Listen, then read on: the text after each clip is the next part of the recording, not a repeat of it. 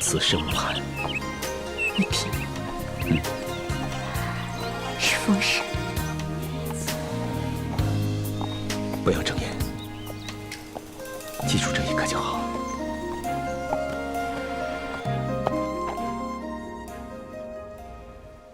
启禀夫人，平阳公主到访。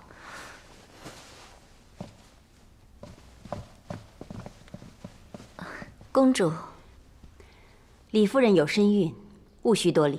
谢公主。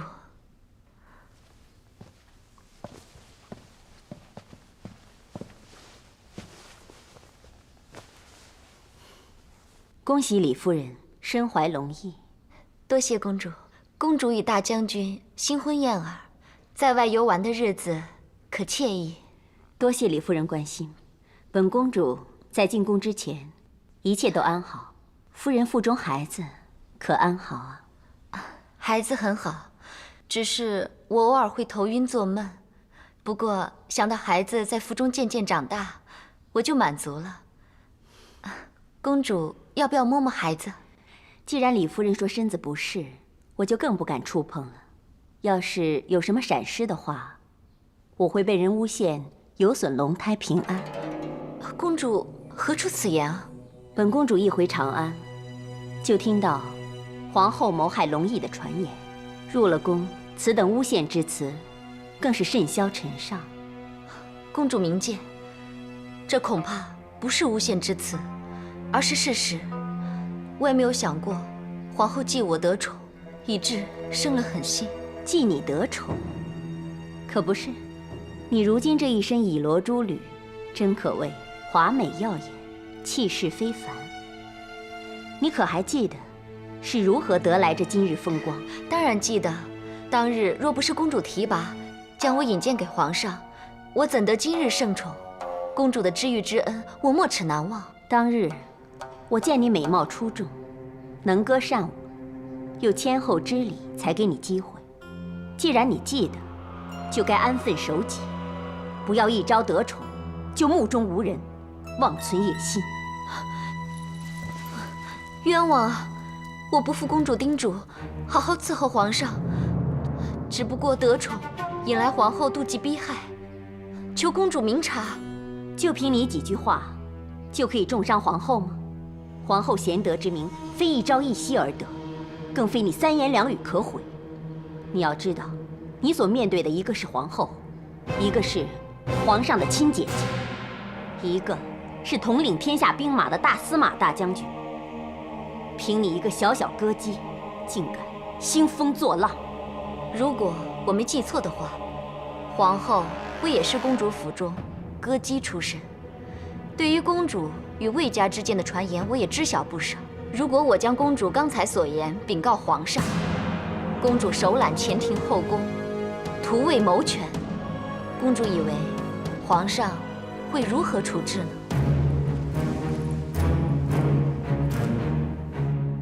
你尽管去告诉皇上，我有何惧？你可知道，皇上欲册立太子之时，并非问朝廷文武，而是问站在你眼前的平阳公主。我即使如你所言手揽前庭后宫，那也是皇上对我这个姐姐的信任。你不要以为身怀龙翼就可以任意妄为。以前有个王夫人，甚得君心，又诞下皇子，当日风光宠爱比你更盛。如今她的下场，你不妨可以去打听一下。本公主既然能捧你上天，也可以随时把你踩在脚下。你自己好自为之。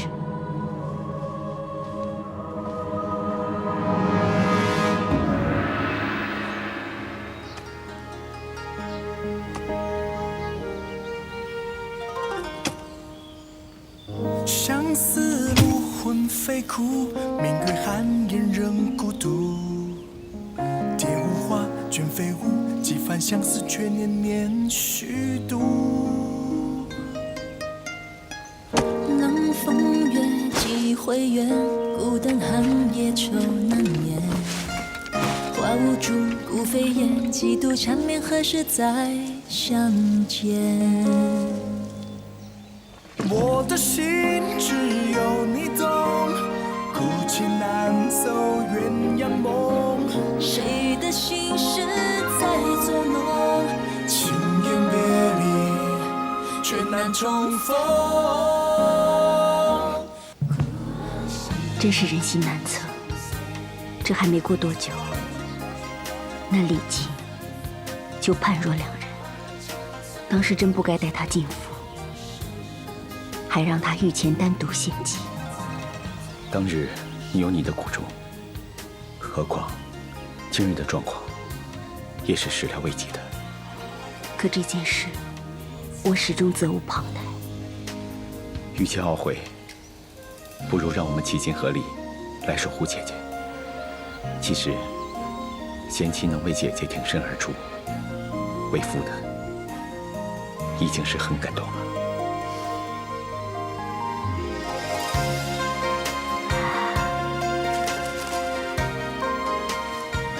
苗正，这树才会长枝，我不能让它长歪。以后就让我们一起围着红豆杉浇水施肥，等花开之时，共赏美景。好，我就许你10年花约。那10年之后，这红豆杉开花结果，我再与你一起收获果实，种下更多的红豆杉，用此生此世，静观山花烂漫。还有这俊逸，也要你好好照顾，让他子孙繁衍，生生不息。好，我答应你，10年之后，我与你牵着俊逸和他的孩子，漫步在这片红豆杉中。10年花月，不许悔。相爱的人难相随，我情愿绝不悔约。花憔悴，苦酒都是泪。别再让最爱的人伤悲，是我情愿。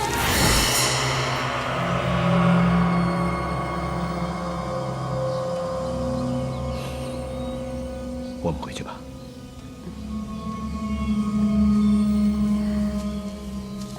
哎，别拿了。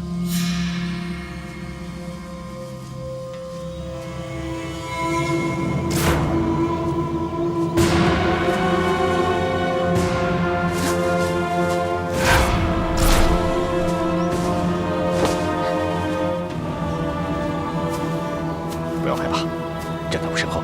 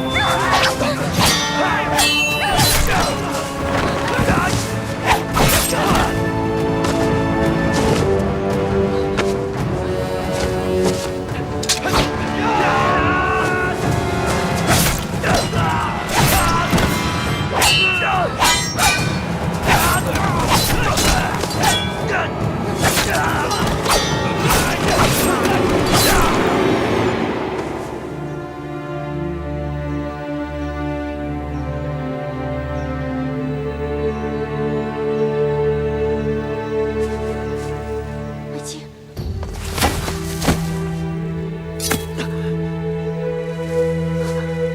魏晋，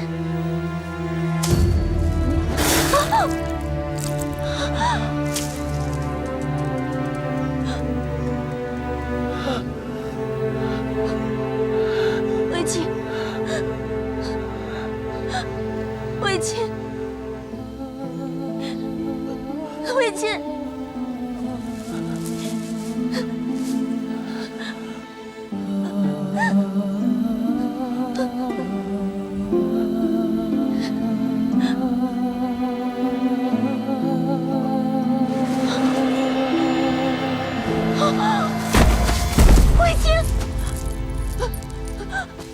清，不行，卫青，卫青。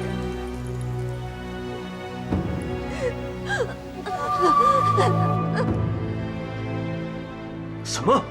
大将军这次遇刺，奋战而伤及心脉，这几日情况已是越来越坏了。这说过一定要治好大将军。臣等已想尽所有办法，可大将军毕竟征战多年，已积下不少旧患内伤，这次新病旧患一并复发，他恐怕坚持不下去了。朕不能失去大将军，加派御医，直到治好为止。否则就不要再来见朕。诺。你说刺客全是常年周转于长安和西域之间的胡商？是，且都是士族出身，常对大汉有不满之言。只是刺客全部被杀，尚未查出是否有同党或背后主谋。继续查。最近还要留心边防，以防外敌先发制人。诺。陛下，去寝县的人向皇后报讯没有？皇后何时能到长安？信使在寝县，没见到皇后。什么？信使到寝县，镇平大队仍在给民众派发米粮，但皇后与段中尉带着小队人转去了平阳县。他们怎么突然去了平阳县？也没有派人来禀告朕。信使已经快马加鞭去禀告皇后了。你再多派人马去追皇后，务必要她速回到长安。诺。白家大将军府。诺。此事必有蹊跷。到寝县报讯的人明明说，皇后母坟被水冲塌，但方才发现坟墓无恙，连看坟的人也称不曾派人来报。偏偏此时弟弟遇刺，那究竟是谁？是谁要陷子父于如此绝境？一定要回去，一定要马上回去。皇后，目前根本走不了，回城的桥梁因山石坍塌而断。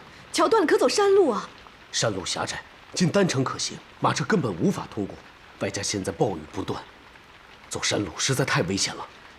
子父曾经孤身一人，走过横尸遍野的山头，如今也不怕走着风雨交加的山道。段大哥，我一定要赶回去。卫青定在垂危之中，否则皇上不会一招再招。我一定要尽快回去见卫青，求段大哥帮帮我。卫青是我兄弟，我何尝不想马上见到他？但是，我现在更要顾及你的安危。我的安危？多少年来，卫青都是处处护我，出生入死，从未想过自己的安危。如今弟弟危在旦夕，我怎能只顾一己之安，置他于不顾？他做的一切就是保你平安，所以你更不能出事。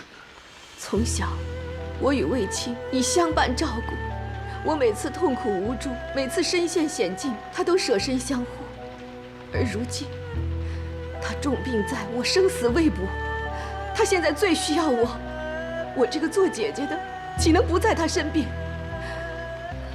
手足情深，岂是这疾风暴雨可以阻挡的？这些时日在外，我常常梦到他。昨夜我还在梦中见到，我与他回到童年，他为我抓鱼，我帮他补鞋，同甘共苦，相扶相持，一切那么美好。可如今，我知道他一定在等我，一定很想见到我。上天既然赐给了我这么个同甘共苦的弟弟，他也会让我们一起共度此关。段大哥，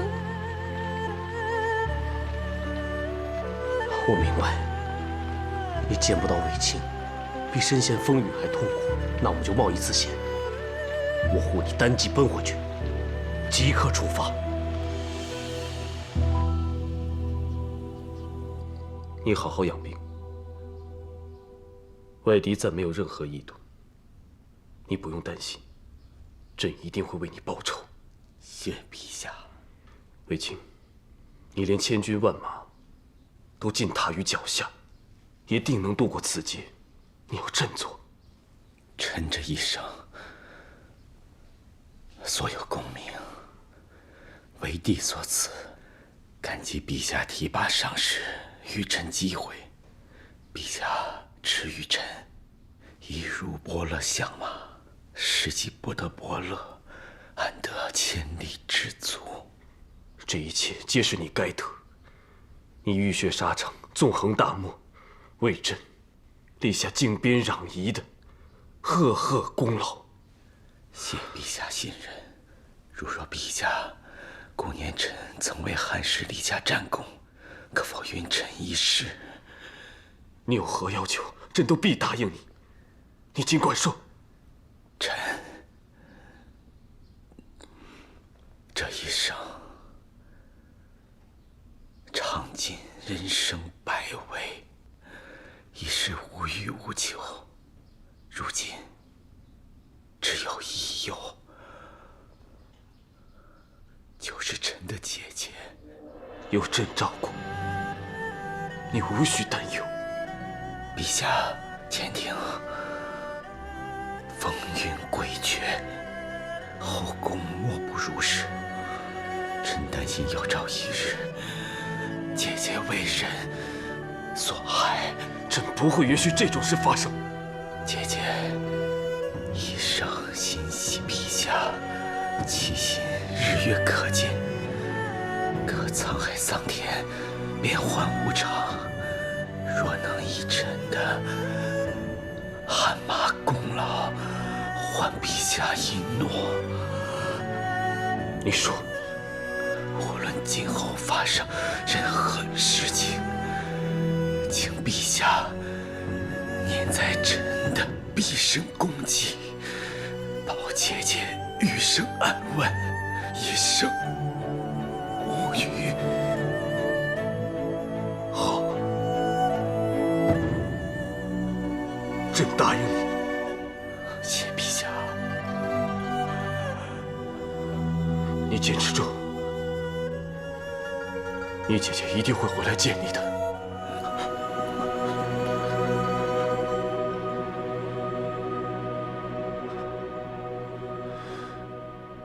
苍天哪！你已经带走了我的乖女儿，难道还要带走我的贤婿吗？你要带就带我走吧，我这把老骨头，活着也没什么意思了。起来，大将军一生戎马，保卫家园，苍天一定会保佑英侯，让他度过这一难关的。人生在世，重要的是不枉此生，其他的不需要牵挂。我知道你会照顾3个孩子，如今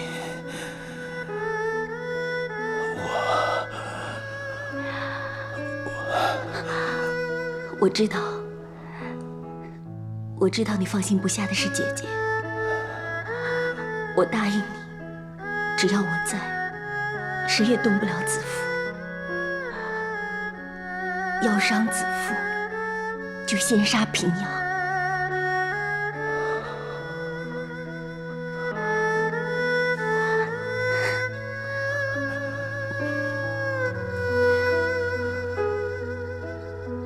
对不起，公主，为情不能践行承诺，与公主服10年华月了。幸福与否，不在岁月长短，与你携手的时光，即使是须臾，我也永世难忘。我为情，从一介马奴到统领千军万马的大将军，总算对得起父母，对得起哥哥姐姐。在我最后的日子里，还能与公主相伴，此生足矣。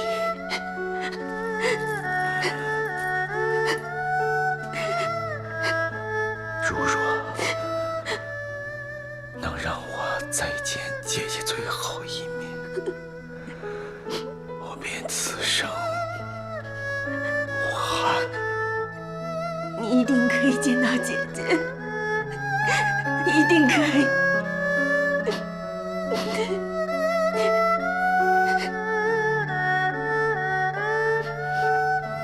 苍天在上，望能怜悯子夫卫青姐弟情深，祝子夫早日赶回，见卫青一面，让他们姐弟无憾诀别。陛下，陛下，皇后回来了。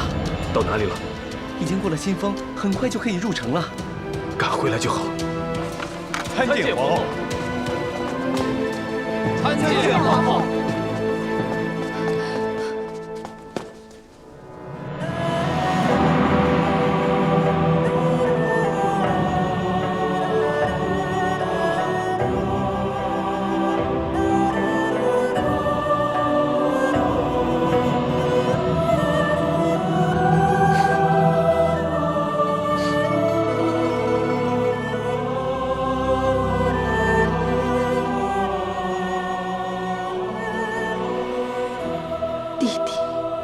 姐姐回来了。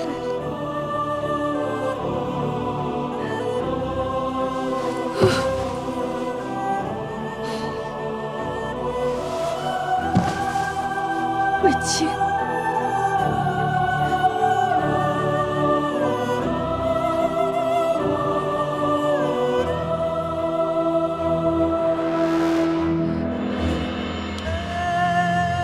姐姐回来了。你不是答应过姐姐吗？你不是答应过吗？在天下太平之时，会安享这半生征战回来的福乐。弟弟，你醒醒啊！你起身看看姐姐。姐姐回来了，你答应过姐姐，我们姐弟要先来共聚，细说小时的种种苦乐嘛。卫青，如今你有良妻，有孝子，有我们小时做梦也不敢想的一切，你怎么舍得唯诺而去？姐姐还有好多话要跟你说，你是上天给姐姐的最大恩赐。姐姐这一生最自豪的就是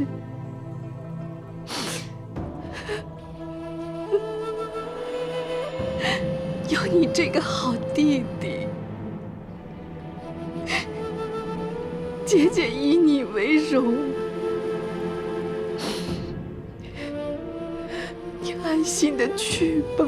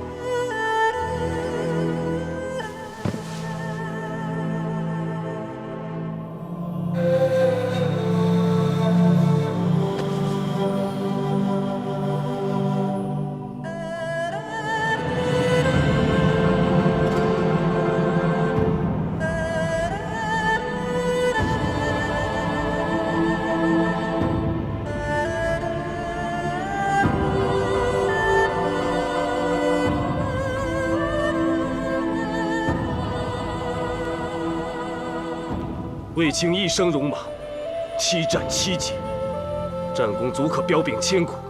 朕要将卫青厚葬于茂陵的另一边，让卫青与霍去病一左一右，今后常伴在朕的身边。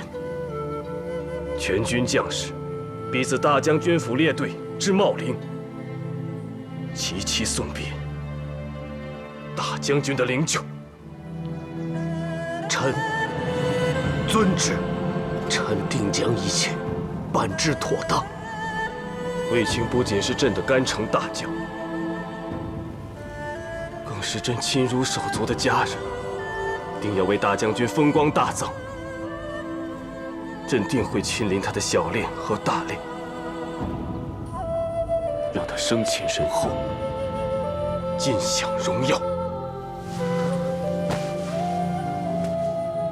臣替卫青谢陛下隆恩。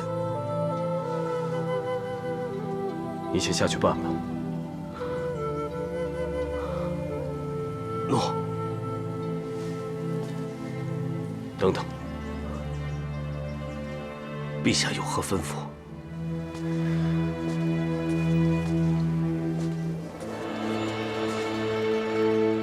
子父、姐姐，你们要小心身子，丧事朕自会处理，你们放心休息吧。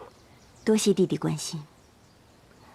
我与皇后相陪，开解劝慰，心神已平静了不少。陛下，臣妾想多留一日陪姐姐，请陛下恩准臣妾明日再回宫。就依皇后的意思办吧。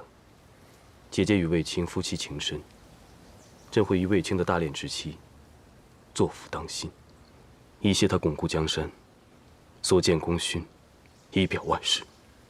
作福当心。作为臣子，卫青得陛下以手安心，用此至高仪节告别，是他莫大荣耀。谢陛下如此厚待，这是他应得的。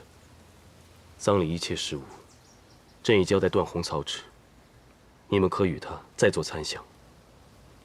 臣定当竭力筹办，让魏大将军尽享哀荣。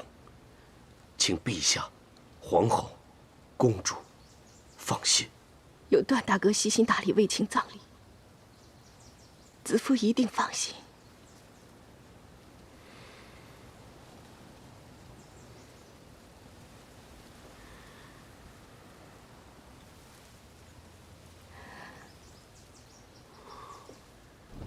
陛下，陛下，皇后回来了。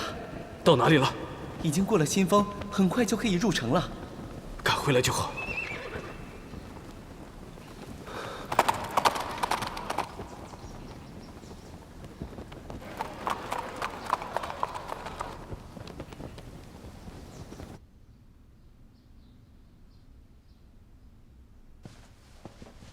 参见陛下。不用多礼了。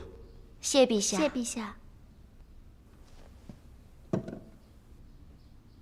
陛下因魏大将军的离世而烦忧，臣妾特备了安神去郁的汤羹，让陛下舒怀解乏。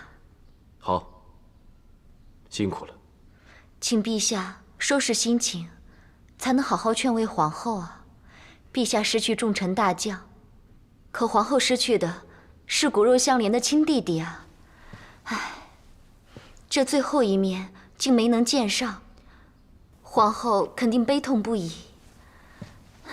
实在是天意弄人啊！要不是皇后突然绕道回故里，如今就不会追悔莫及。明明是去请献镇平，中途怎会与段中尉离队返乡呢？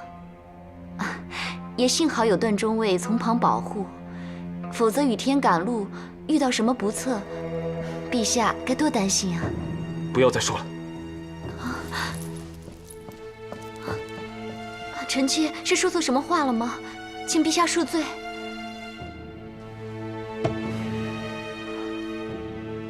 可能是朕多想。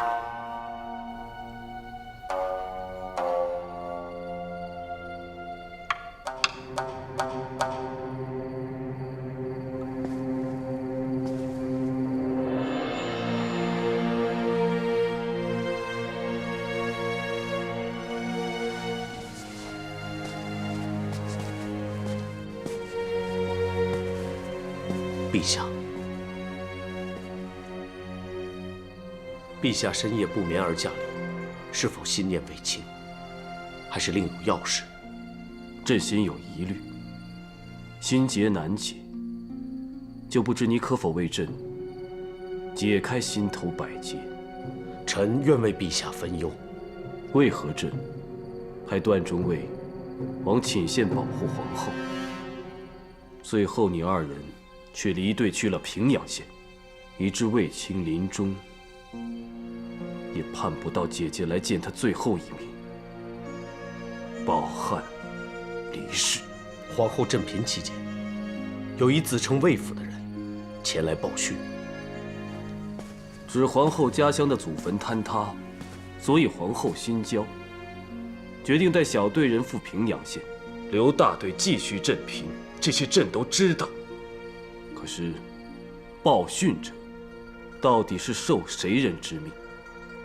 这臣不知道。臣只知道护送皇后赶至母坟之时，却见一切完好。守坟的人也称，从未派人前来报讯。臣思忖，一定是有人从中算计，骗皇后回乡，心怀不轨。但是各种原因，还要再继续追查。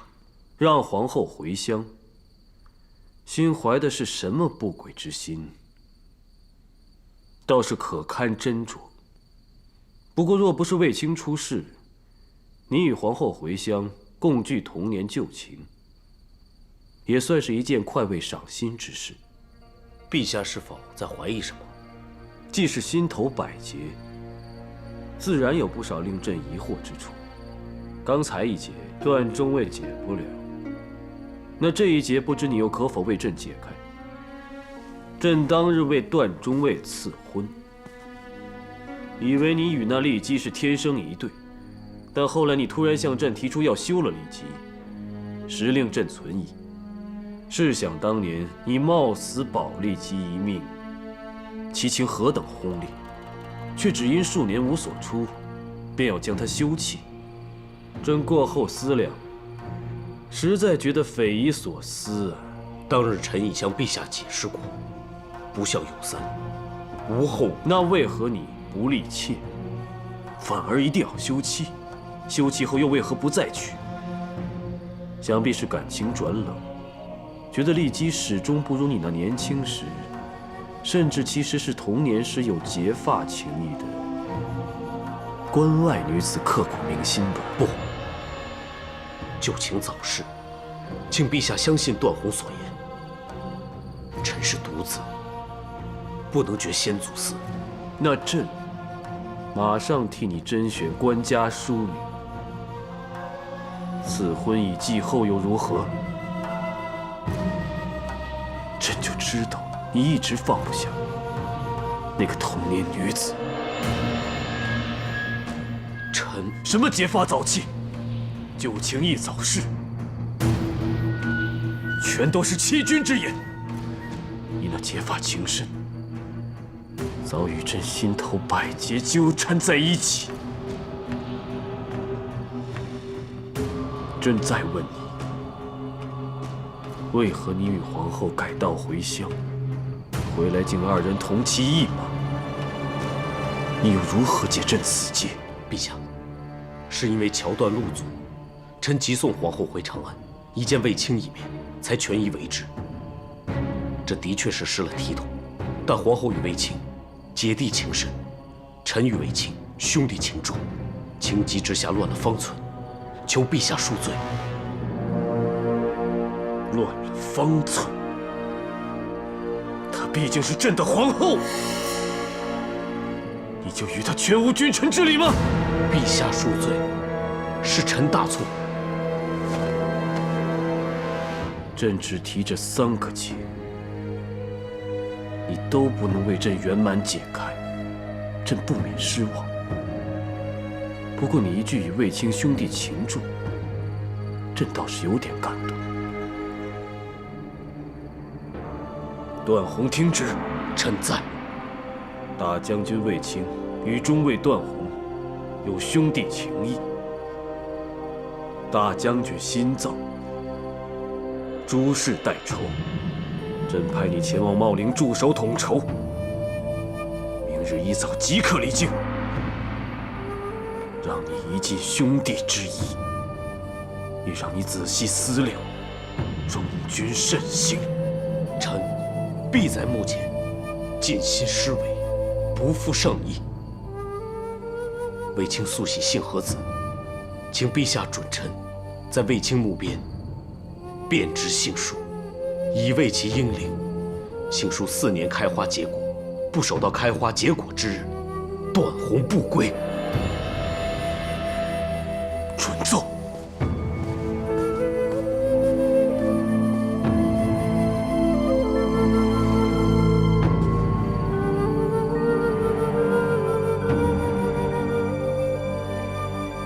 罪孽轻深，勿宁不见。指望我的离去，能换来你的安好。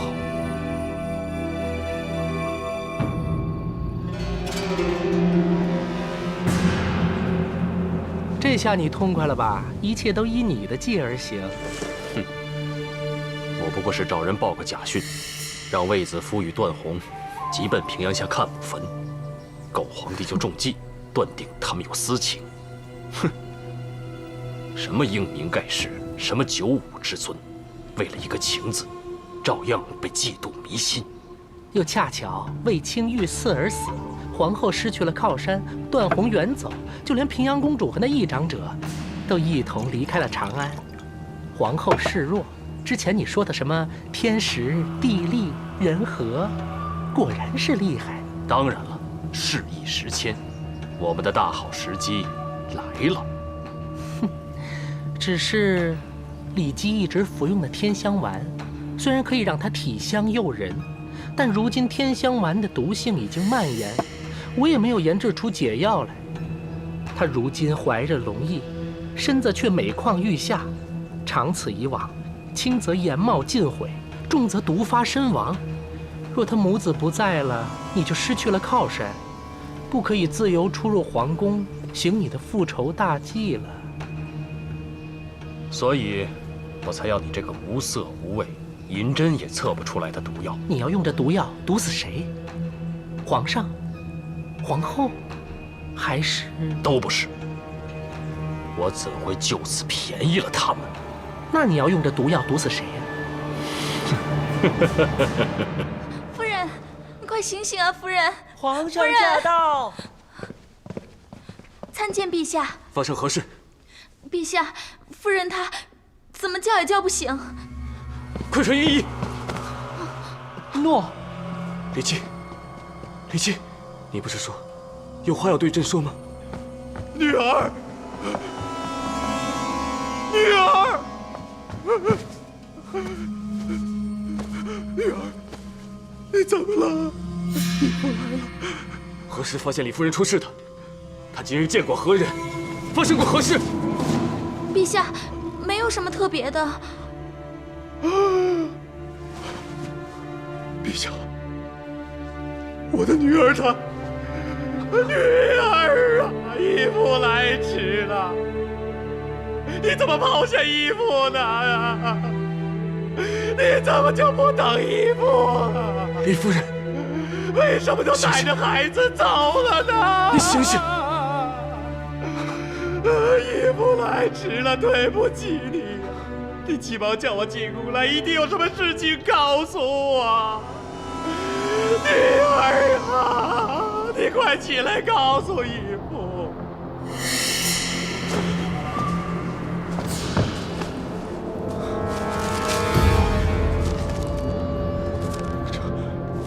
这是什么？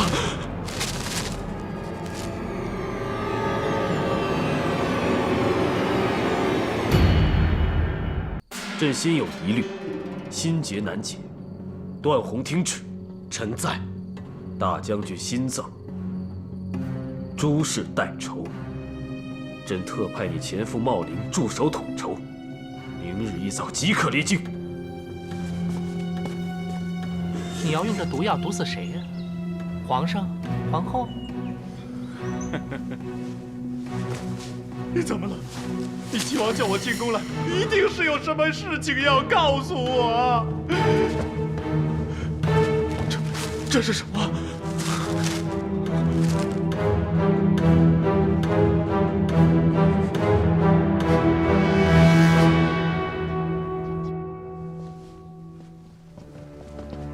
参见陛下。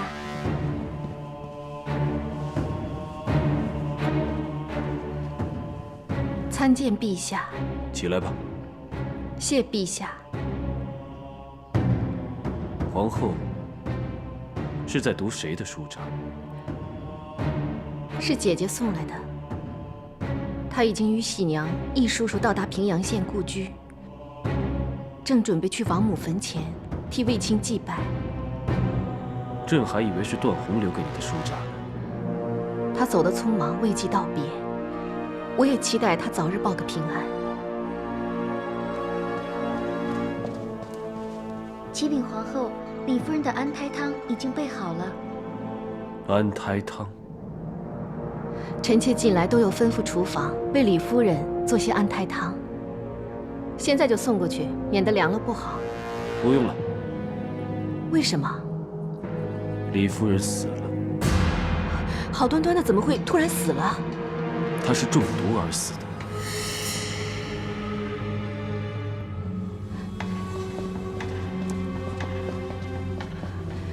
谁人下毒？朕也想知道。或许要问皇后你。陛下此言何意？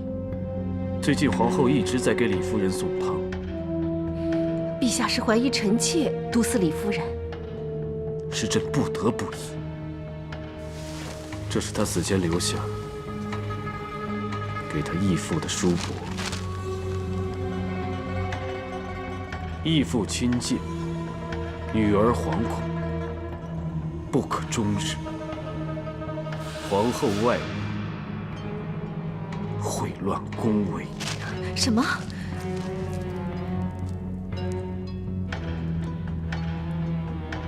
臣妾一向清白，怎会如他所说，与段大哥有奸情？他这是污蔑、陷害。难道他用自己和腹中龙翼的性命来污蔑陷害？这绢帛和凝香墨都是朕所赐，自己亦出自他手，所以书帛也不可能是伪造。当初说不敢告诉朕，所以急找袁书商讨，朕也可证他死时，袁书是受急召刚到。他上面说，惧怕臣妾与段大哥的事情因被他发现而杀人灭口，所以他的死，陛下认为是臣妾做的，是吗？陛下相信这是实情吗？朕不知道该相信谁。每次见你都是清白无瑕，心明意静。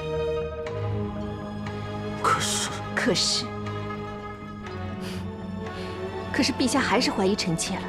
朕也不想怀疑，但是朕确实没有证据，以证明李夫人所言为虚，也不能证明你与段宏清白为真。陛下何出此言？最近发生林林总总，都让朕不得不怀疑，你与段宏之间的情谊到底有多深？请陛下明示。你对他的关顾，他对你的守护，都是义无反顾，舍身忘己。那只是兄妹之义啊！你们成镇嫔之变，结伴离队返乡，并无通知朕。臣妾已说过，那是街道家。而且你们二人同骑一马回来，态度亲昵，是朕亲眼所见。臣妾见弟弟心切，无奈大雨断桥，山路只容一骑，段大哥才出此下策。段宏也是这样说，因为这是事实。可到底是事实，还是串通一气，朕已经分不清了。朕还以为调离段宏可以。陛下是为此才调段大哥去守墓，而不是为了臣妾，为了弟弟。陛下竟然因为臣妾要赶回来见弟弟，而错怪段大哥。子夫是在怨怪朕吗？你第一次与朕争辩，是为段宏丧父，如今第一次怨怪朕，也是为了他。看来你们果真情谊深厚，那为了对方杀人灭口也不为奇。陛下如此妄下定论，也算是明君吗？这也只是依目前的证据而言。臣妾只希望陛下不要受妒火所逼，查出真相，还臣妾与段大哥清白。朕一定会查。但愿事实真相如皇后所言，你与段宏既无杀人，亦无苟且。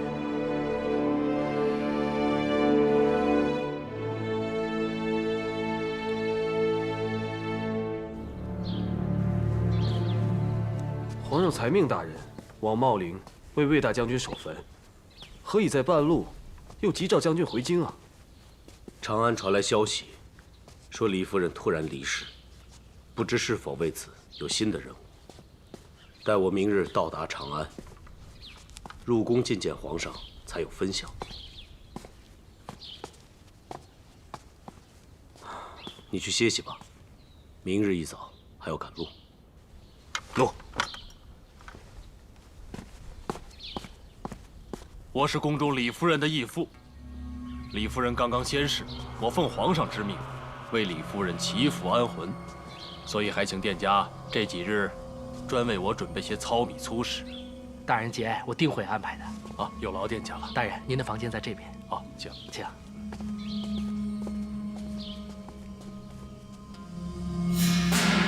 这之字上半部也是后字上半部，之与后二者相近。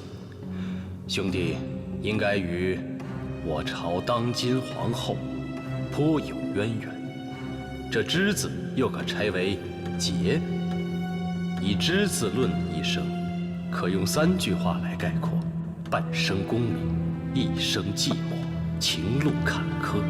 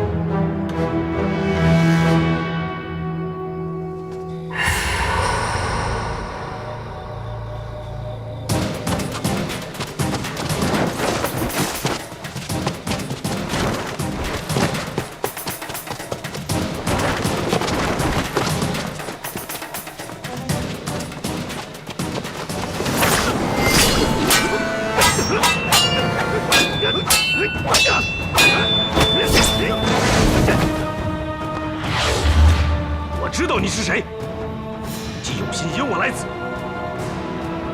又何惧现身？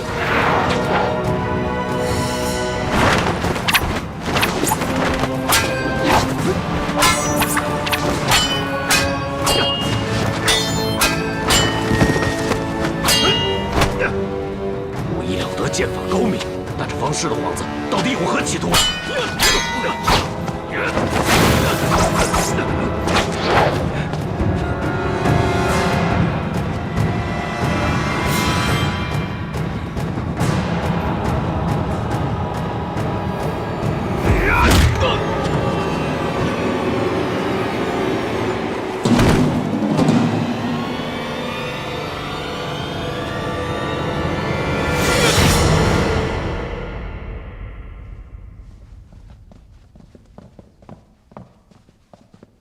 陛下屏退左右，是李夫人之死已查出什么？还是有什么话想问臣妾？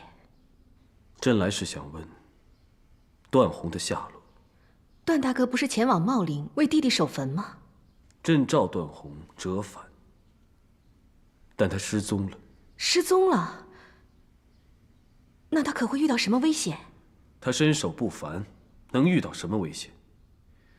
但愿他不是因为李夫人揭出秘密而畏罪潜逃。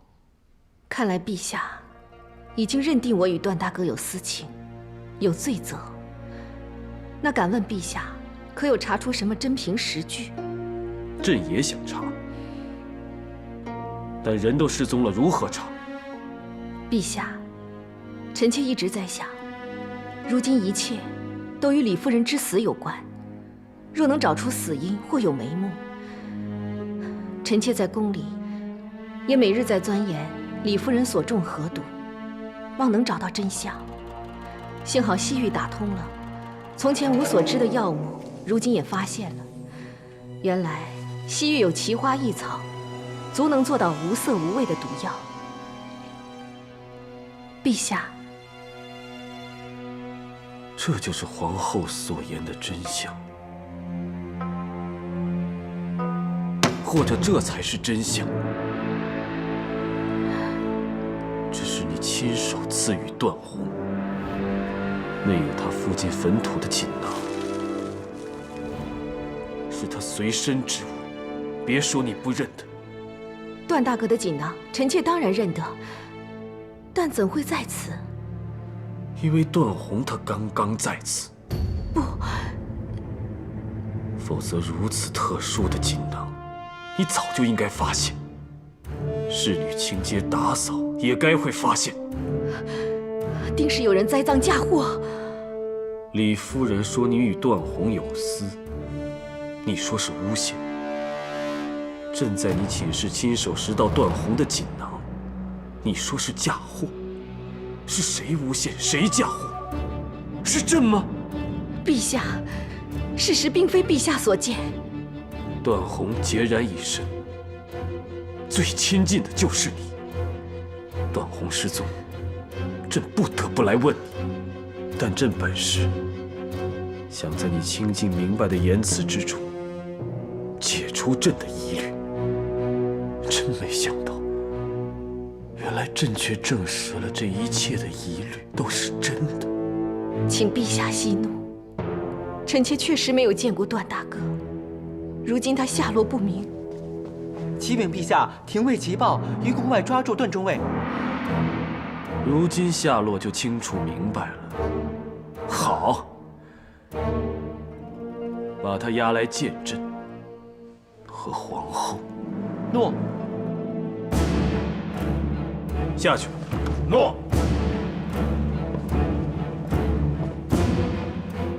段宏，皇后听闻你失踪，恐你遇到不测，究竟发生了什么事？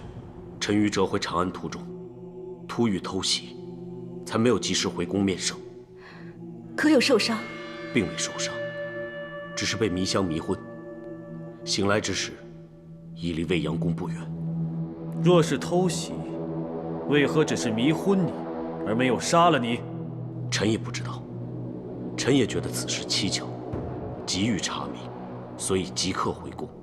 还是偷钱回宫，被发现后才假装赶回宫啊？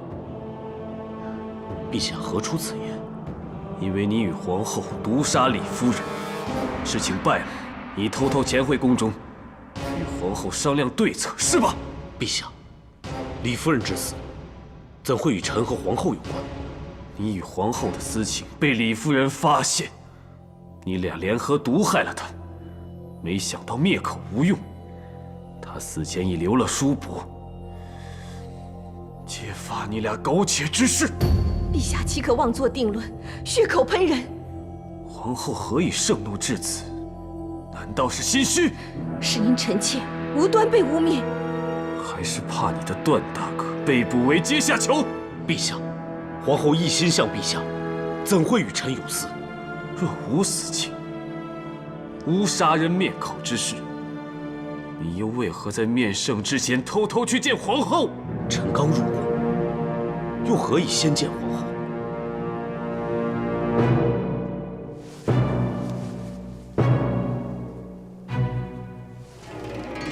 这是什么？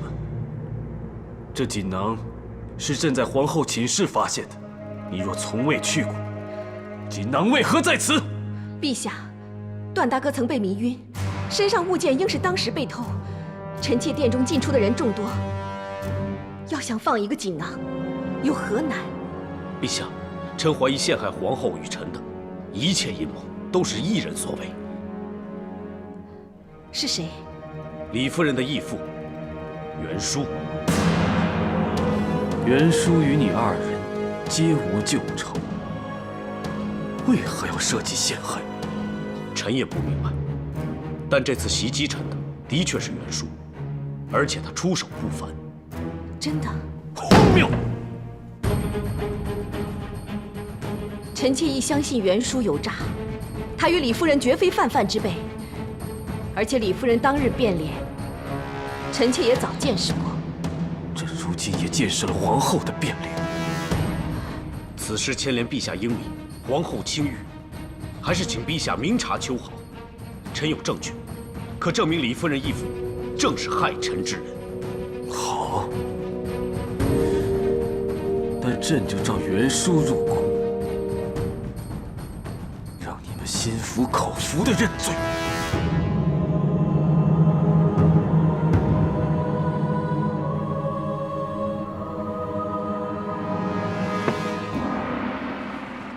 明日祭祀的事，司河已经安排妥当。仪式之后，我们绕道茂陵，去看看卫青的陵墓，再回长安。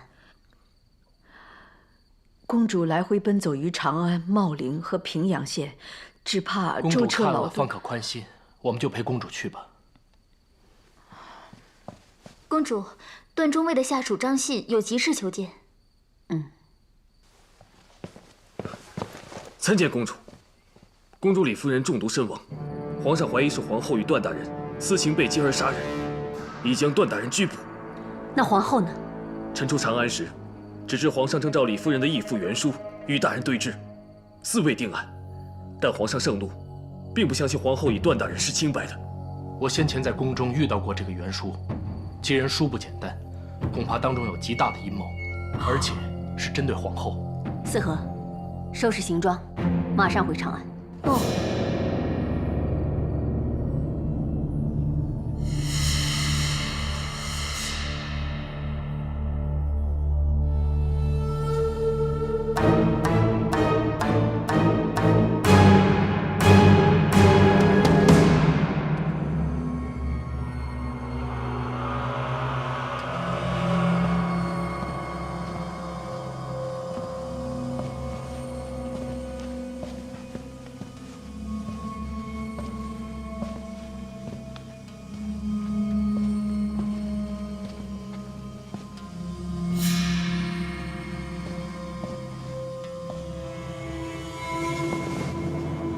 拜见皇后。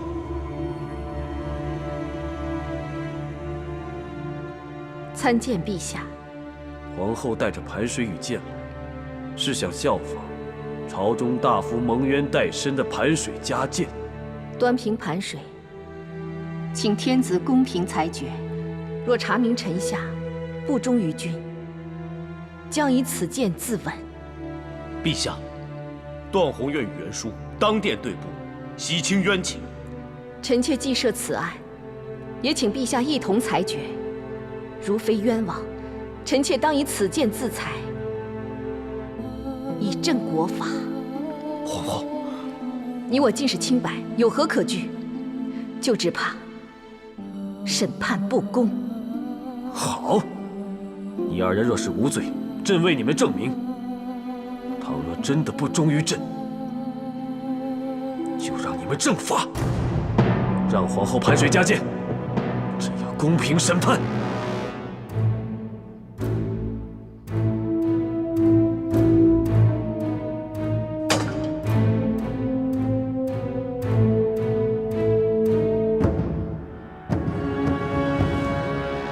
小人愿为义女与段大人对簿，只求为义女讨回公道，安其在天之灵。袁叔，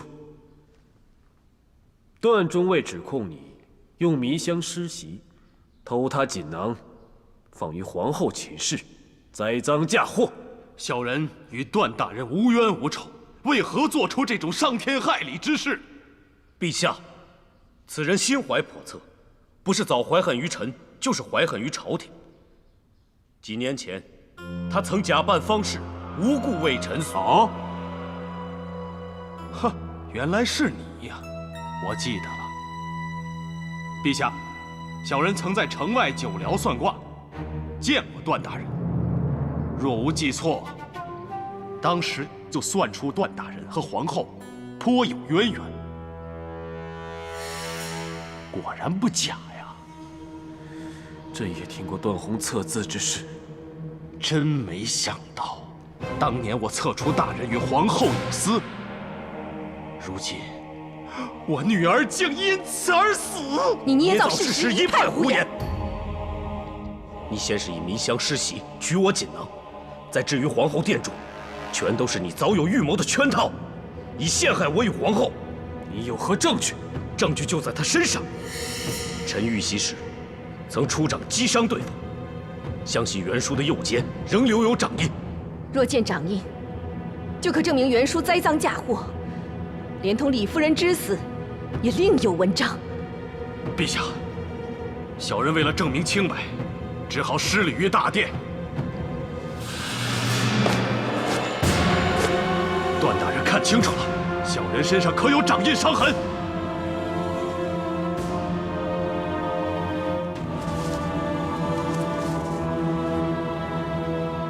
当中定有蹊跷。你特意出现在驿站，诱我追踪到郊野，相信一定都是你的盘算。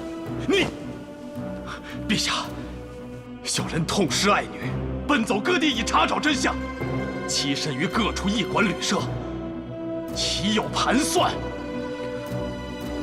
可幸苍天见怜，让小人找到人证，并斗胆带进宫来面圣，一揭真相。此人是谁？就是段中尉抛弃之妻骊姬。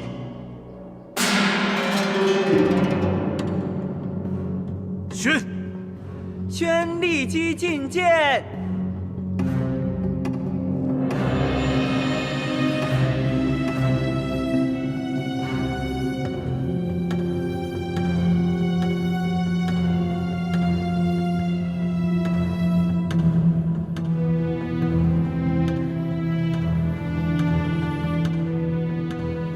民妇拜见陛下。皇后。骊姬，见到皇上，尽可说出真相。当日，段大人为何要休弃你？当日被休，说是因民妇无所出，但实际上是因为段大人心有他人，无法放下，不忍负我。其实，民妇与段大人徒有夫妻之名，未曾行周公之礼。几年相处下来，只觉得段大人对皇后处处关怀，甚至私下约会。就在陛下赐婚的那一天，民妇亲眼看见段大人烧毁与皇后的情书。骊姬，你为何捏造假证词，污蔑我？我只是说出我的所见所闻，可全是不尽不实。够了！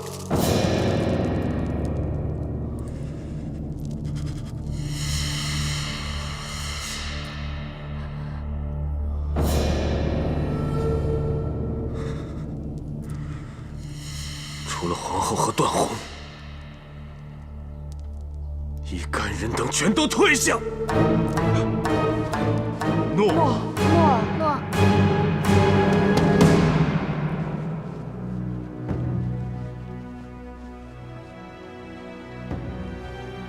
盘水加减，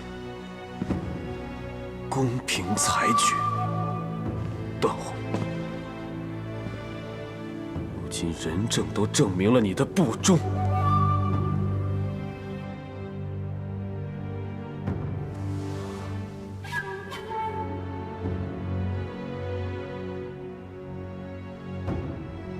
陛下，骊姬所说全是虚言。臣对陛下一直忠心无二，否则不会孤身赴淮南，九死一生，连父亲都未能送终。你是在埋怨朕？不是埋怨，只是报汉亦报冤。说臣不孝，是有；说臣不忠，太冤。你不孝，那当年皇太后为田汾之死要杀你，朕逆母相护，也是尽义忘孝。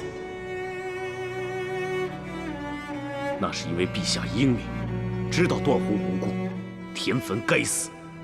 臣父西域寻张骞为陛下分忧，才错失救人时机。田汾却陷害忠良，意图谋反。但是你劫法场，假传圣旨，罪应处死。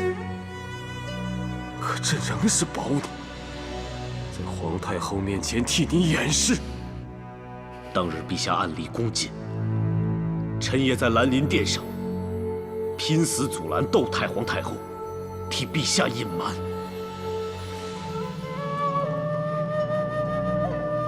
如今想来，当日你到底是忠君尽责，还是为守护兰陵殿的主人，也未可知。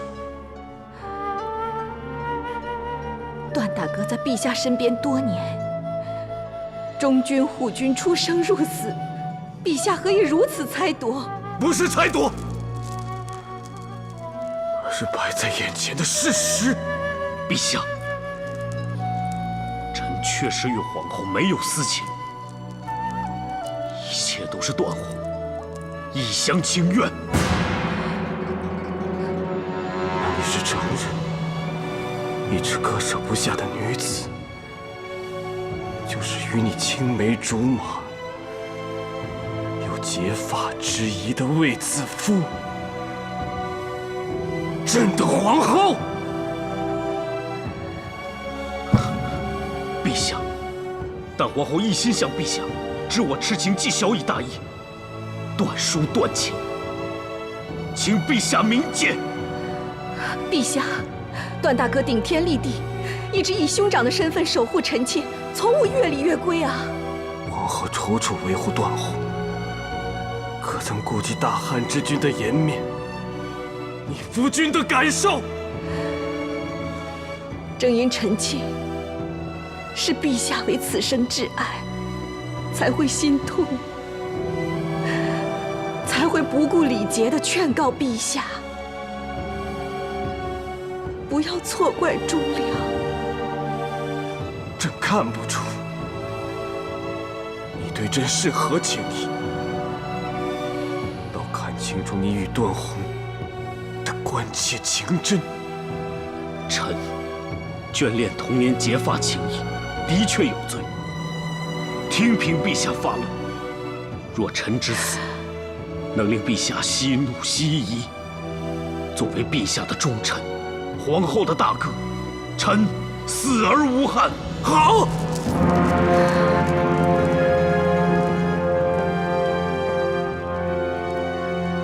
朕就如你所愿。禁卫何在？在。段宏擅离职守，有负圣恩，押下去。明日午时处斩。诺。陛下。至于皇后，封功戴罪。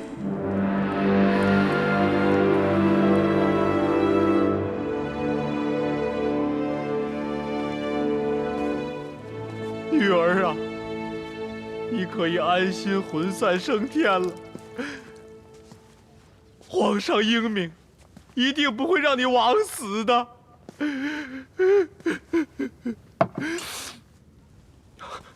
小人拜见陛下。免了。谢陛下来悼念李夫人。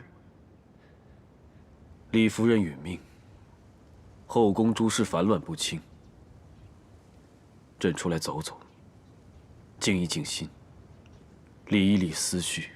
陛下，事情不是已经清清楚楚了吗？就是皇后与段宏私通。别说了，陛下息怒。小人知道，陛下仁厚重情。即使皇后与段宏弃君罔上，陛下仍顾念情谊。只是我的女儿不知啊，她死得好冤呐！不要再提了，朕没说要姑息养奸。明日，断红暗师之下，朕想静思，你先退下吧。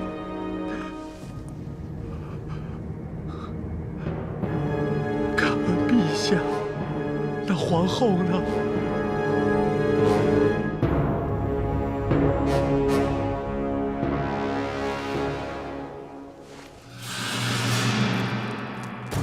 我要出宫。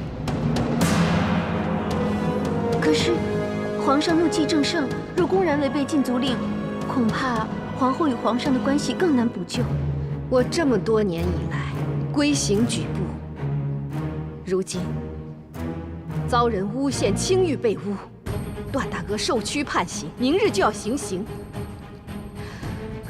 即使皇上误会更深，我也不能让段大哥枉死。奴婢等任凭皇后吩咐。明月，被喜寿。诺。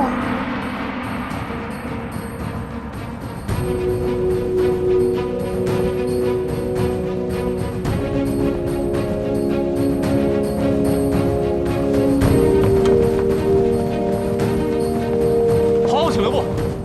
皇后请留步！皇后请留步！请皇后恕罪。皇上有令，皇后请回。大汉皇后与天子同尊，谁敢阻拦？臣等奉皇命，看守皇后留守交房殿中，请皇后恕罪。方护将，你护守交房殿多年，你认为本宫为人如何？当日神仙殿失火，皇后开恩，赦免臣等重刑。早前宫中瘟疫，皇后不怕传染，亲送汤药与宫人们。皇后还亲自赈贫，令百姓免于疾苦。种种言行，足可见皇后的贤德良善。既是如此，你认为本宫就应该留在宫里受这不白之罪，还是拨乱反正，以正清白？纵使臣等相信皇后的清白，但皇命不可违，请皇后恕罪。若本宫为救无辜者的性命，为保皇上英明而强行出宫，你会以武力阻止吗？还是会挥剑杀了本宫？皇后之尊，臣等不敢不敬；皇后凤体，臣等不敢冒犯。但若没有理据说法，向皇上交代，恐怕臣等都会获罪，甚至祸连家人呢。好，当日皇上赐喜封后，子夫才位居这交房殿。明月，在。即奉喜寿于凤座上。诺。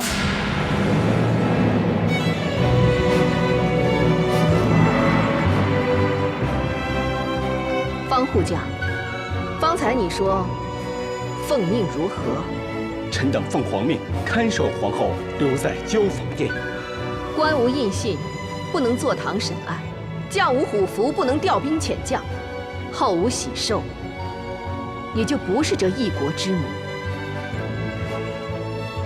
喜寿在此，亦代表皇后就在这交房殿中。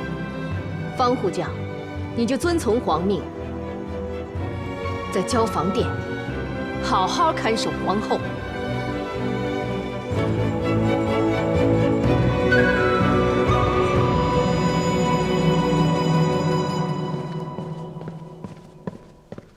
阮副将，小人有急事禀告皇上。什么事？皇后放下寿喜，独自离开交房殿。可是皇上现在正在静思休息，不允许任何人、任何事打扰。我想，皇上应该已经睡了。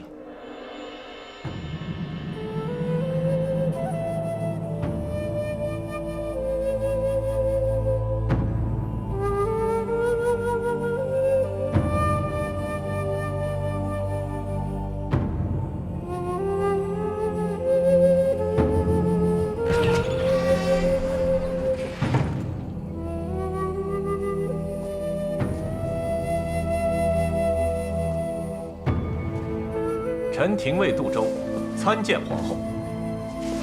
参见皇后。我并非以皇后身份来此，喜寿与后位我皆可放弃，性命也可以相抵。请皇后珍惜凤体。但我现在必须马上进去，拯救无辜，以保皇上英明。请廷尉引路。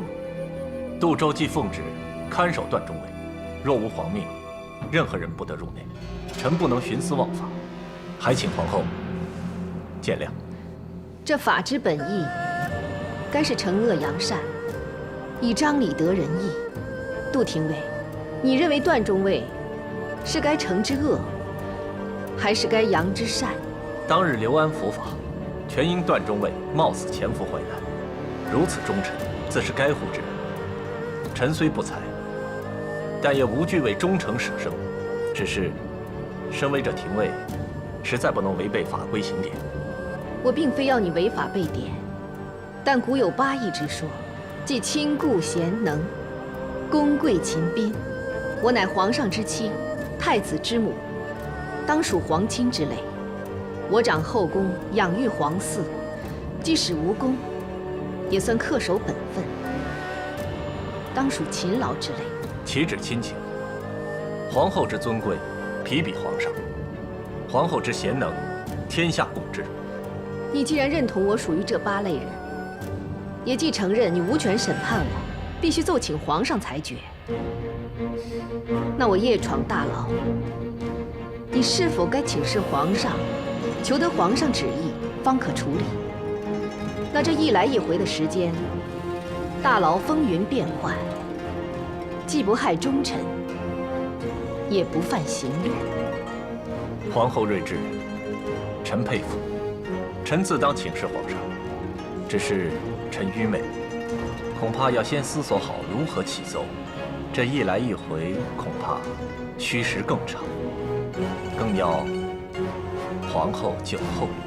有如此明理敢为的贤臣，是子夫与段宏之幸，更是大汉之福。皇后贤德，段中尉忠义，自然能得天佑援助。臣告退。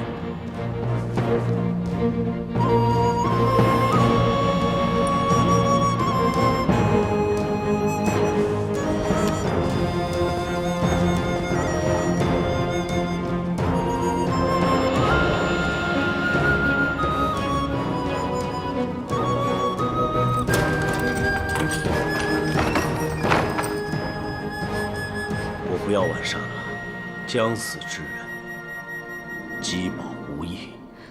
既不会死，便要保父，才能远走。皇后，段大哥，子夫是来放你出去的，你快走吧。你放了我，不但会背上为之死罪，更难以保全清白芳誉。害你的事，我段宏绝不会做。臣恕难从命，皇后请回。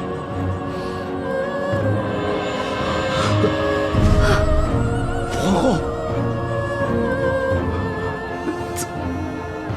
子夫，快起来！段大哥，子夫今日以妹妹的身份跪求大哥，大哥快走吧。这些年来，大哥为了护妹妹，尽心竭力，子夫敏感五内无以为报。若大哥被诬枉死，妹妹一生难安。若我一走了之，祸及于你，我又如何能安？大哥枉死，子夫就能避祸吗？皇上正在气头上，大哥一死，妹妹也不一定幸存。反为亲厚者所痛，见仇者所快，公理不得彰。求大哥速速离开，留有用之身。段大哥，子夫求你，快走吧。正如妹妹所言，枉死无益。好，我走，但我走不是为了逃活必死，而是要去面对，要为你洗脱污名，保你安然无恙。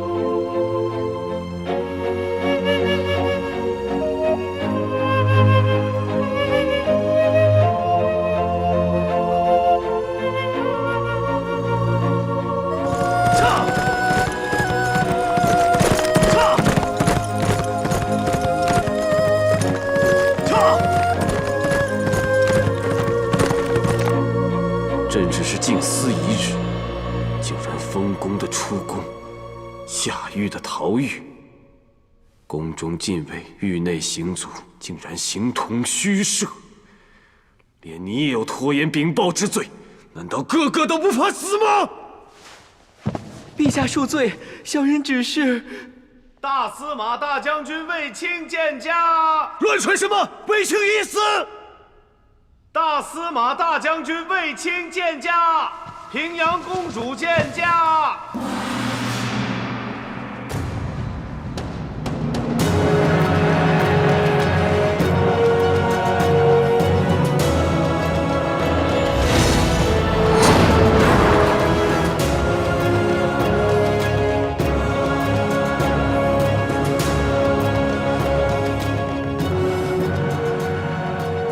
长公主平阳，大司马大将军卫青，恭请陛下圣安。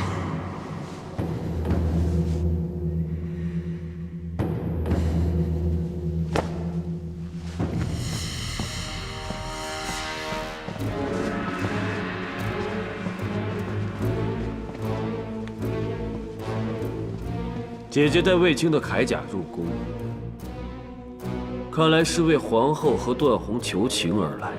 我今日是为忠贞不渝的贤后和披肝沥胆的忠臣而来。姐姐何以断定他们是贤后忠臣？敢问陛下，可知皇后为何能出宫？段宏何以能出狱？姐姐是想说他们的忠贤得众人归心，宁死也要相护，是吗？如果弟弟都知道的话，可朕亲眼所见，亲耳所听。人证物证都指控他们背朕暗通，若姐姐亲睹证据，也会怀疑这表面的忠贤只为掩饰奸情。即使有如山的铁证摆在我的眼前，我也信皇后。皇后以心待人，我与众人是以心感受，绝不会被一物一言的伪证所动摇。弟弟与子夫多年夫妻，朝夕相处，难道只因为一时激怒，便漠视子夫对你多年的心思情谊？愿弟弟迷途知返。既然公主不知就里，勿需多言。我不知就里，只知答应卫青，只要我在，谁也动不了子夫。若要伤子夫，先杀平阳。公主与皇后这姑嫂之情，竟深厚到生死相护。姑嫂情再深，都比不了你我姐弟情深。我不想弟弟追悔莫及。皇后之罪，朕自有定夺。公主请回。陛下，要定皇后的罪，臣就率众跪在宫门前，直到陛下回心转意。皇后德行惠及众人，夏之香囊，满室迎放；冬送裘衣，寒宫比阳；春酿百蜜，天下甘饴；秋收善果，福泽绵长。相信我能一呼百应，一同归宫，见君。天下之人，难道只信皇后贤德，不信皇帝英明？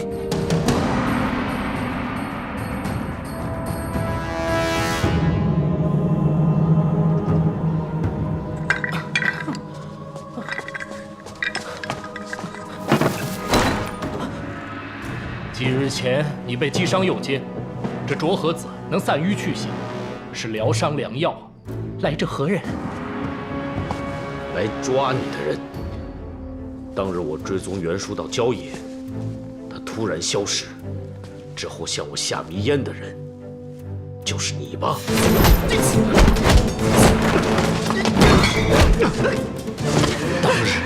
袁术通谋，以迷烟迷昏我，再盗取锦囊，诬陷我与皇后的人就是你。可惜你也因此暴露了行踪。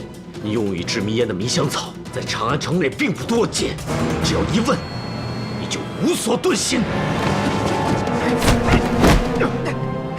依药铺所言，你对各种毒物皆有涉猎。李夫人之死，是不是和你有关？绝对与他有关。这里毒物众多，都可置于死地。而这个，应该就是皇上赐给李夫人的绢帛。还有这个，布帛飘香，上面的字，用的就是御用凝香墨，就是他临摹李夫人的笔迹，作为污蔑你和皇后的证据。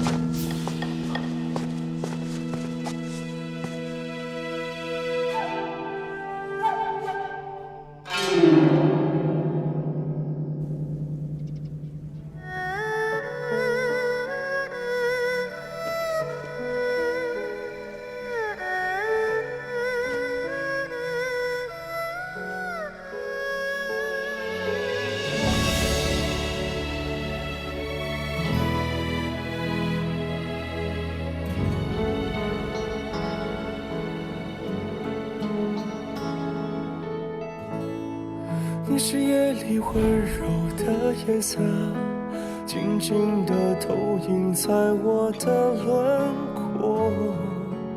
也许我让你心如刀割，等一个结果。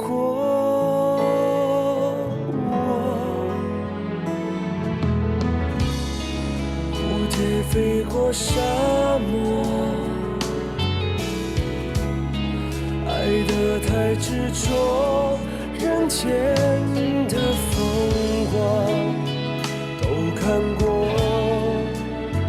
才领悟曾做过的是最动人的景色。你守卫在我心底，直到天地要将我们分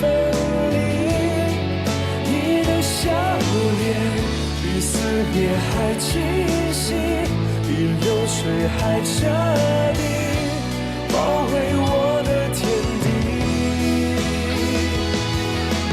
你守卫在我梦里，不让黑夜留下一点痕迹。你的心比呼吸还细腻，比春雪的清晰，熟悉我的回忆。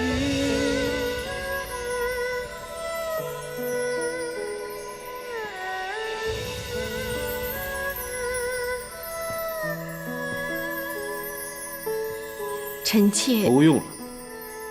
皇后放走亲犯，已不将朕放在眼里，再多的礼，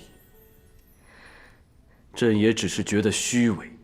臣妾知道会触怒陛下，但臣妾此举只是不想陛下将来追悔莫及。段宏欺瞒君上，给予皇后，朕赐他一死，岂会追悔？倒是你，向来恭顺谦和，为了他，义无反顾地屡次违逆朕，私放亲犯，抗旨离宫，私下同游。朕在城楼盼你念你，你却与他相偎相依，策马而回。没想起当日所见，朕就不禁怀疑你对他的情。子夫的情全在这岸上，初识时的誓盟，相处时的情分，历历在目。平阳府出狱，上衣承宠，子夫此生难忘。陛下允我进宫，御船上轻言细语，说子夫是陛下掏心挖肺的知己，其言其情，堪比这些赐赠的美玉玛瑙。其实子夫心中只盼永伴君旁。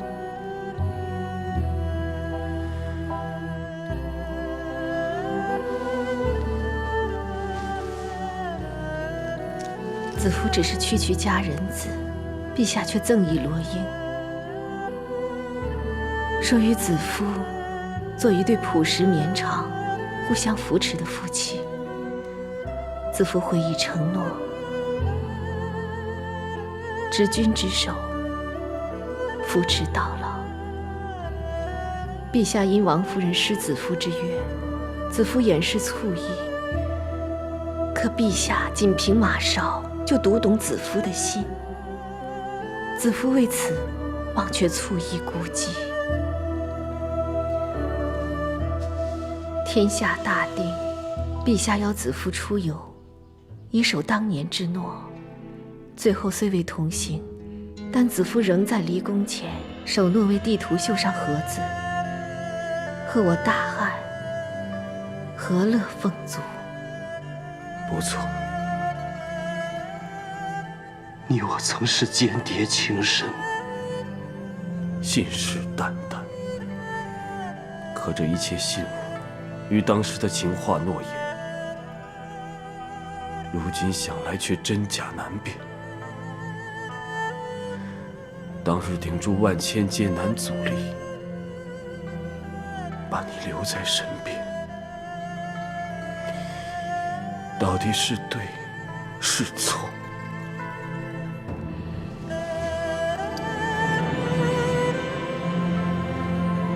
罗缨效仿高祖皇帝与戚夫人，以五色缕相机定情。可与你相机定情的到底是谁？我誓约当晚，你的醋意是真情还是假戏？你绣好的盒子却没有送给朕，也不肯等朕一同出宫，到底是不想失信于百姓，还是想借机重游故地，重拾故情？你为救他，愿意放下喜寿，不要后悔，连罪责也独自承受。朕真怀疑，你对朕的夫妻之情，到底是真心实在，还是虚情假意？既然多年相依相许之情，陛下只当灰飞烟灭，那臣妾留着这些定情信物，又算什么？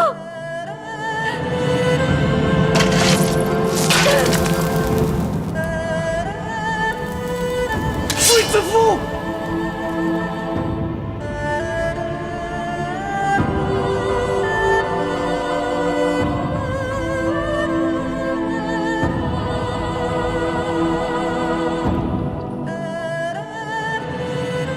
陛下要杀臣妾吗？你以为朕不忍杀你吗？情若断，遂生有死。陛下要杀臣妾亦无惧，臣妾只是怕臣民会知陛下受迷惑而杀了大汉皇后，有损陛下英名，未免陛下担上恶名。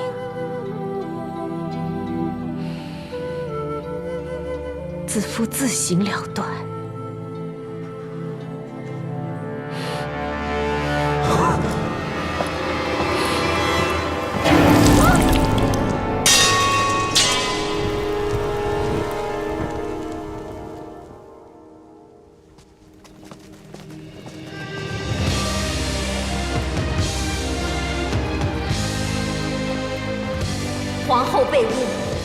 皇上执意降罪，平阳痛心疾首，愿跪于宫门，以身见君。若大家相信皇后清白，愿为皇后请命，请与我一同归宫。算不穿光阴的流转，走不遍江中的塞北江南。诗篇写不完千头万绪纠缠，数不尽百转千回循环，道不尽一生的荣耀与悲欢，有多少能永远？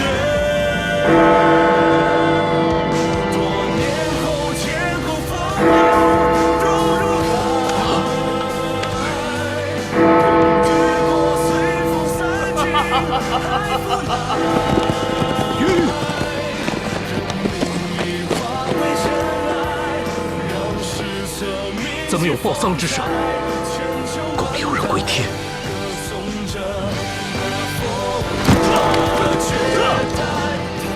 这钟声是什么意思啊？是皇后的报丧之声。子父不能死。开场换代，唯有你无可替代，愿能携手同入九霄云外。不会的，一定不是子父。段大哥正赶回来，还你清白，你为什么不等？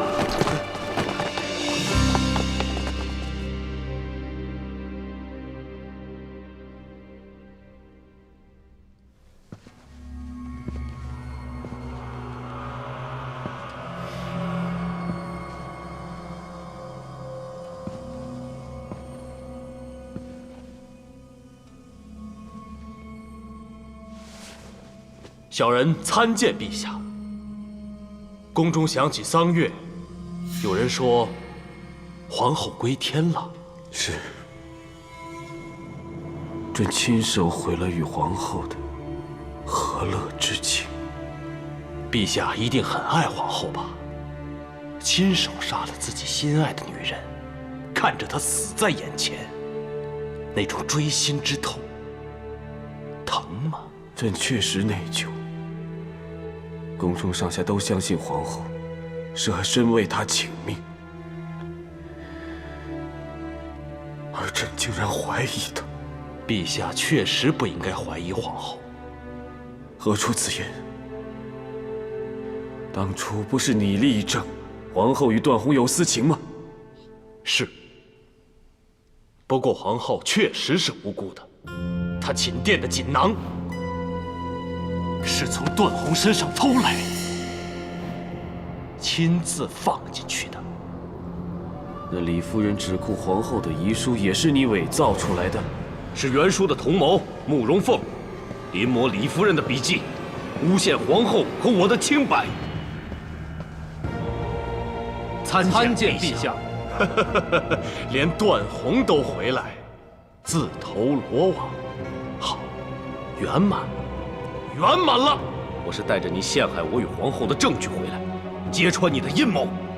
我们在你与慕容凤藏身的草庐里面找到了不少毒药，相信其中就有毒害李夫人的药，还有这些伪造李夫人遗书的证据。哼，不错，是我拿了御赐的绢帛和凝香木，再叫慕容凤临摹其笔记，伪造遗书，连毒杀李夫人都是我的计谋。放肆！你难道不怕死吗？我早就生不如死，忍辱偷生，就是为了替楚服报仇。你奸斩楚服，我要你看着你守护的女人枉死。你更甚，是你下的杀令，害死我的楚服，还有腹中的孩子。所以我要杀死李夫人和她腹中的孩子。更要你亲手杀死心爱的女人，让你痛苦悔恨。你们一心要维护那妖女皇后，如今她却因你们而死，看到你们比死更痛苦，我就大仇得报了。朕看来是不能如你所愿了。因为皇后的加言善行，所以你的阴谋诡计不能得逞。宣皇后进殿。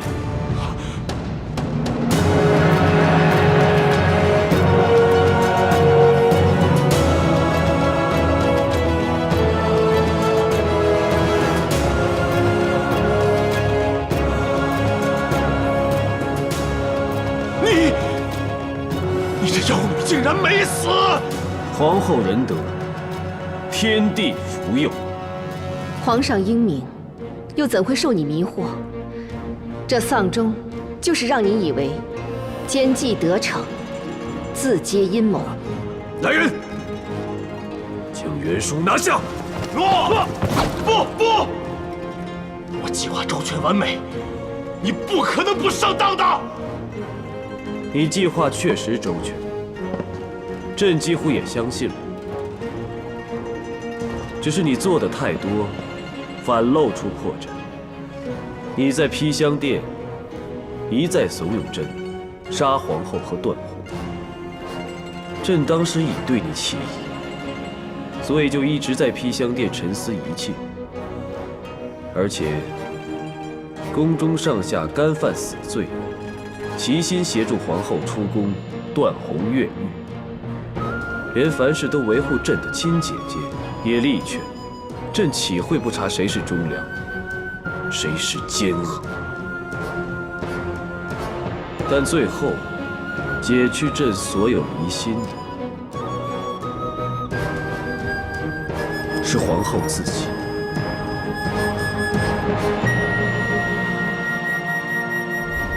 卫子夫，陛下要杀臣妾吗？你以为朕不忍杀你吗？臣妾只是怕臣民会指陛下受迷惑而杀了大汉皇后，有损陛下英名，未免陛下担上恶名，子夫自行了断。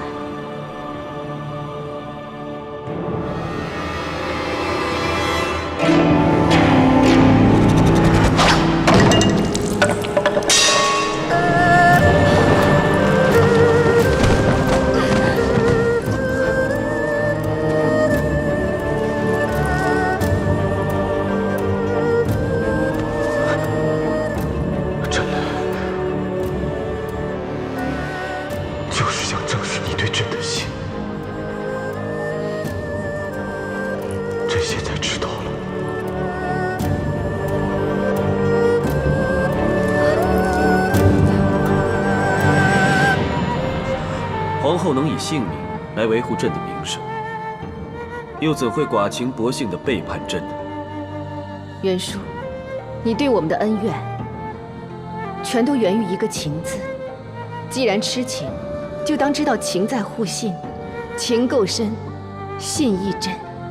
朕再召丽姬来查问，原来是你绑架了她的丈夫。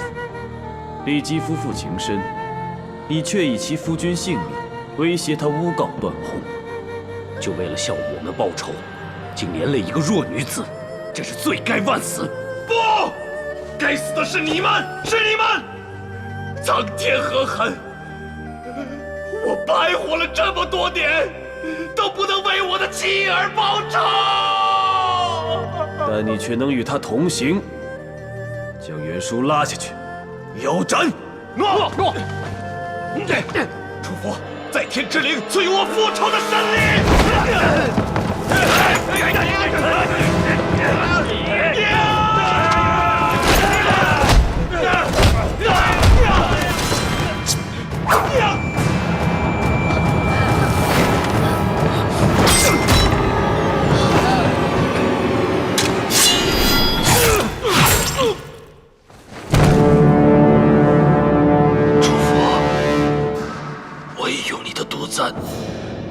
替你报仇了，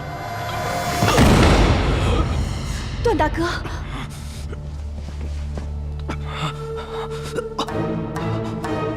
快宣太医令！诺。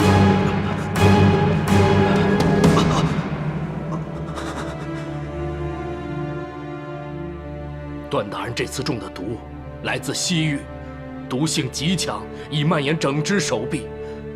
段大人的右手已废。你们从袁术的草庐带了这么多药回来，就没有解药吗？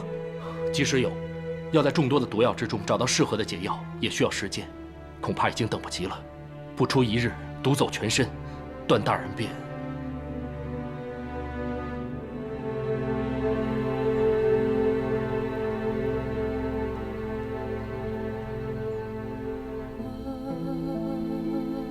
星空璀璨，能在此欣赏，真是一件美事。只可惜，这是我最后一次看到如此美景。美景美事，即使不在眼前，也会长留心间，成为美好回忆。回想这一生，原来最忘不了的，就是童年与你一起成长的日子，尤其是领着你在星空下漫步回家。当时我牵着你的手，见到你不再彷徨失措，感到你对我的信任和依靠，看到你安然宽心的笑容，是我这一生中最美好的时刻。此后我就希望一直守护着你，一直看到你安然宽心的笑容。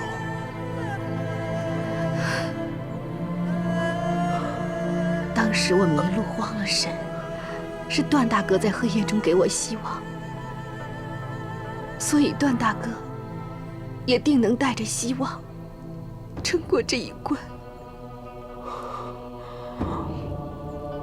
能护你至此，能为皇上而死，你的段大哥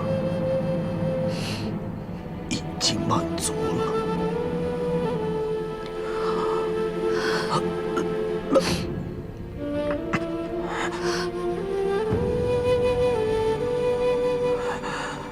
昨夜梦回，我又梦到当日与你返乡，在谷地河边的情景。当时我问你，如果没有皇上，你我会否不同？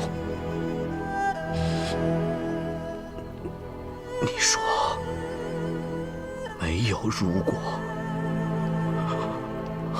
昨夜我就幻想着物换星移，世事多变。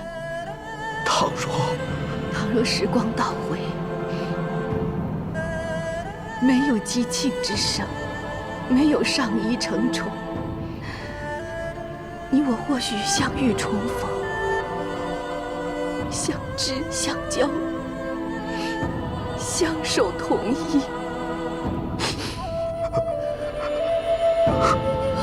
或许没有华衣美食，没有仆童成群，却有琴讯和鸣，北斗照耀。大哥再领子父，在星空下漫步回家。子父，谢谢你。谢谢你。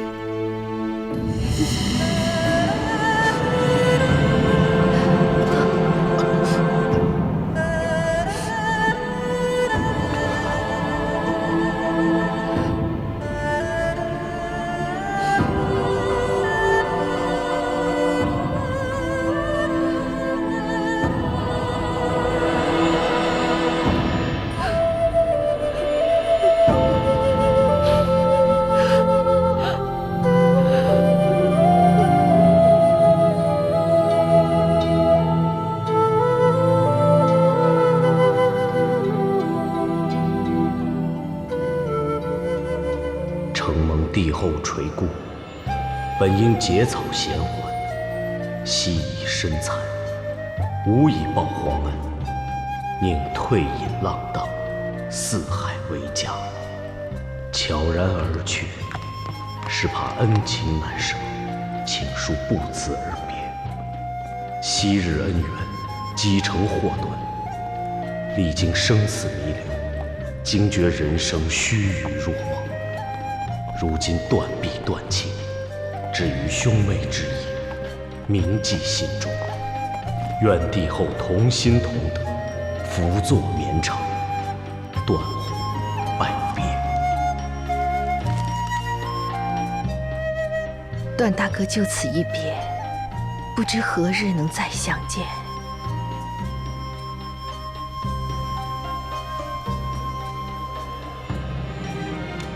一个剑侠能够接受断臂之苦，定是下了很大的决心，展开新生。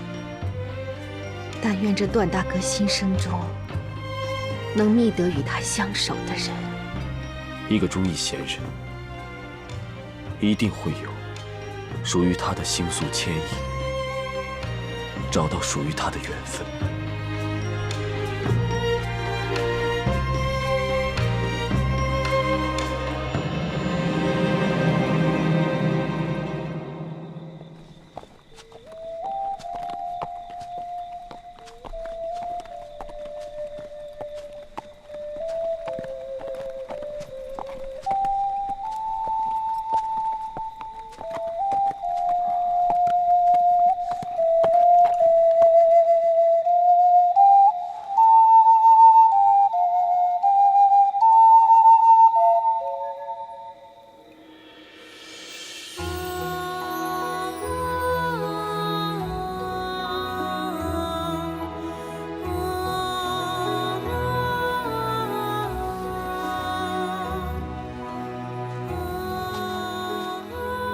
姑娘安好。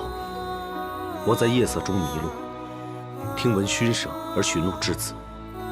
请问姑娘，这宴舍可以投宿吗？宴舍正是给异乡客和迷路人歇息的一个方便。只因家父当年曾受迷路之苦，我们才在此建设为宴舍。鸿雁于飞，簌簌其语，熏声阵阵，真是与人希望。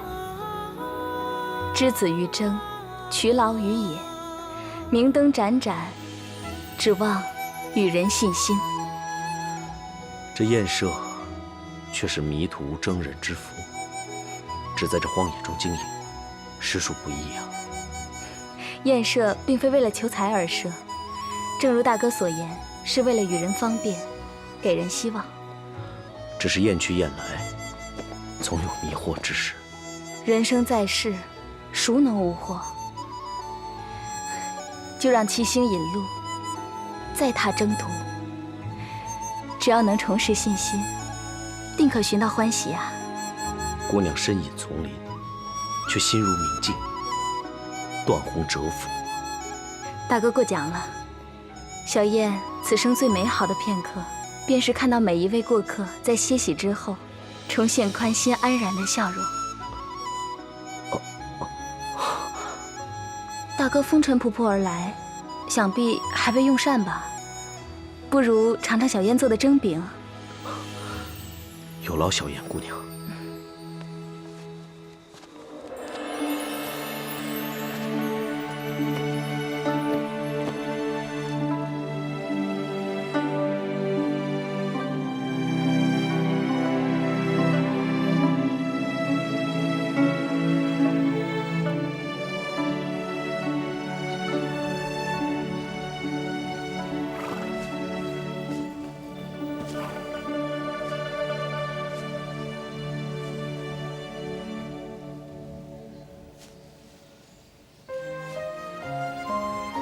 10年之后，我与你牵着俊逸和他的孩子，漫步在这片红豆山中。10年花月，不许悔意。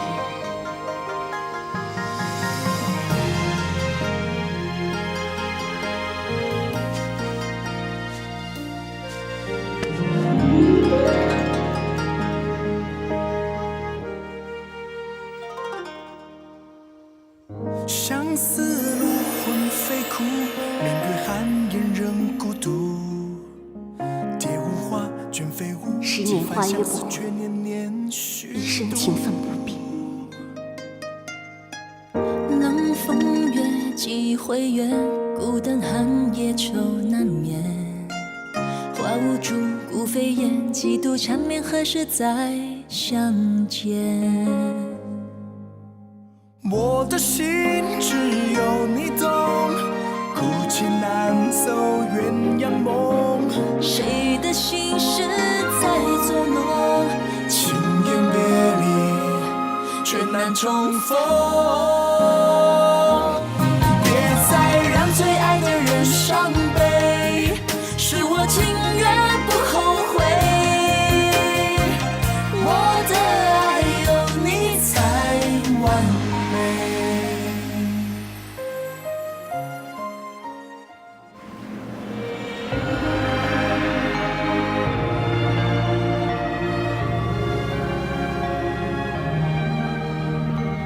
我们去过刘县，又到过江南。皇后觉得如何？陛下已实现带臣妾踏遍九州的诺言，看到百姓和乐安康，臣妾心满意足。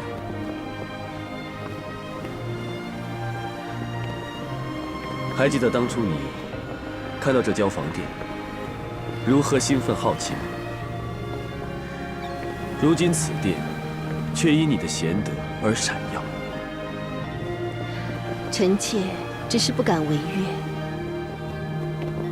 故邦安民乃陛下之志，和乐后宫是臣妾之愿。你我立约，同岁至远，此生为妻。如今不再苦饥寒，逐今晚，陛下已如约勤政安民，天下和乐了。子夫也做到，传德汉室，教化天下的大汉贤后。愿你我白首偕老，共正盟约。